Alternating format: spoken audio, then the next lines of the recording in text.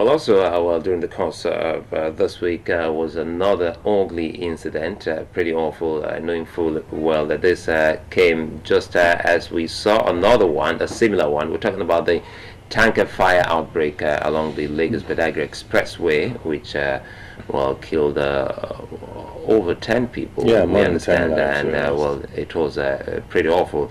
And if you look at it, Femi, critically, people have started asking, how well do we take care of our vehicles? How well do we check our vehicles? Because basically, it all boils down to operating vehicles that are not roadworthy. If you go with a vehicle with a faulty brake system, then definitely you must get into such trouble, because it's similar. It looks like deja vu, a brake failure, just as we saw around the Bafo area of Lagos. Yeah, and this notion of I'll manage it, I've prayed, and the Lord will take care and take control.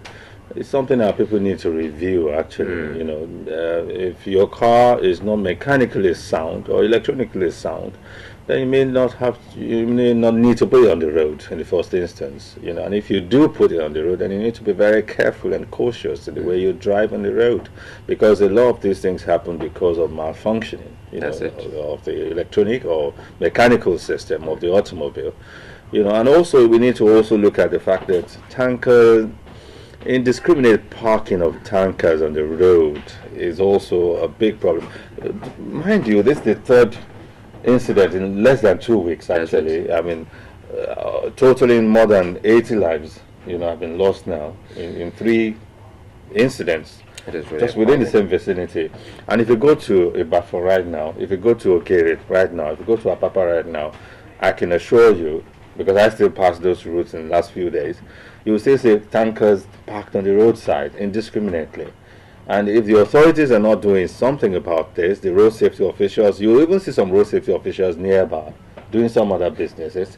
If they're not doing something about it, then there's no way we can forestall a recurrence of this kind of avoidable, ugly incidents, honestly. And well, very quickly, when you talk about avoidable or ugly incidents, it brings to mind the outbreak of cholera here in Nigeria. And not forgetting that, authorities had been warned just before the outbreak. And cholera is a preventable disease, and it gives cause for concern to see that, lots of lives have been lost to a preventable illness at this time of our nationhood. Well, good enough, the minister.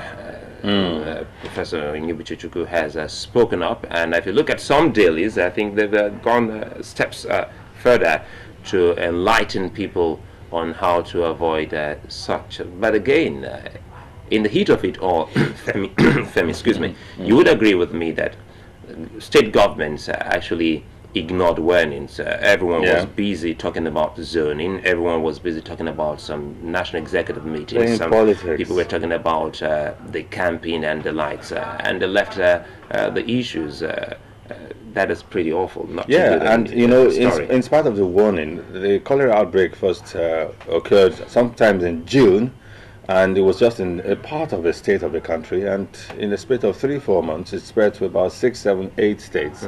But the truth of the matter is that in some other climes this disease has been totally eradicated. There are some countries in the world where they've not had anything like cholera in more than 2 decades. So Nigeria, that's aspiring to be one of the 20 greatest economies 10 years down the line, need not be combating cholera. But anyway, like you rightly said, the minister has said that efforts are being made to vaccinate people in that region, and also to sensitize and educate people about how to avoid situations that will warrant they contracting the illness.